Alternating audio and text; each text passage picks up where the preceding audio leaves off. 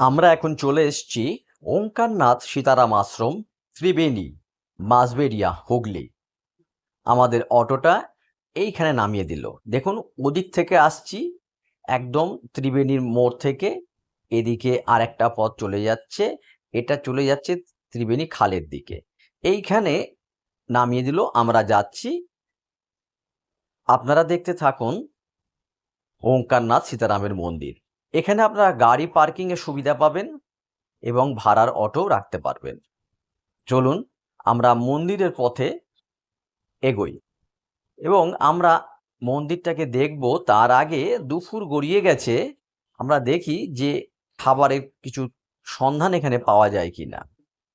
তো আমরা এইরকম দেখতে দেখতে আস্তে আস্তে দেখলাম যে এইখানে একটা দরজা মতন আছে, কিছু লেখা আছে, একটু পড়লাম, বিভিন্ন লোককে জিজ্ঞেস করলাম এবং লোকটি বলল যে ভেতরে গিয়ে আপনি জিজ্ঞেস করুন, খাবার হয়ে যাবে।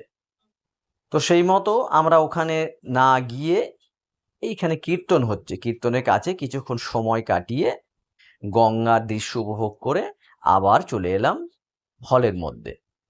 এবং হলের মধ্যে আমরা প্রবেশ করে ওখানে মহারাজ ছিল, মহারাজকে জিজ্ঞেস করলাম যে দুপুরের যে খাবার ব্যবস্থা এখানে হবে কিনা।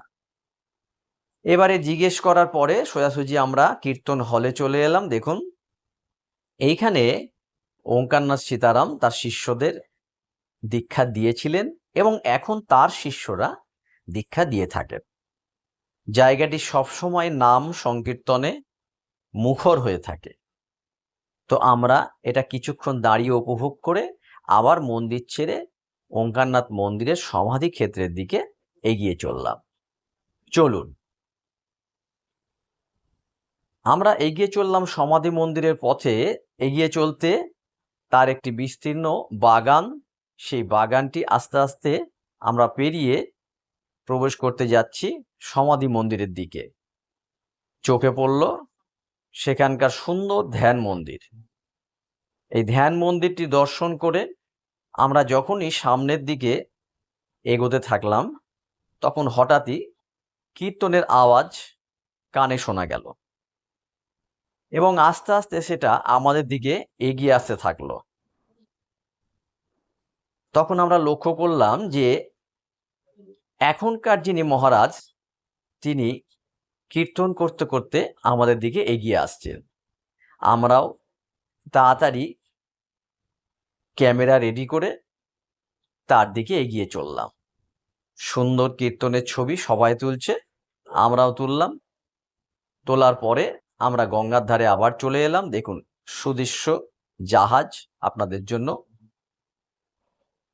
এবার আমরা চলে এলাম সীতারামের সমাধি মন্দিরের একদম কাছে।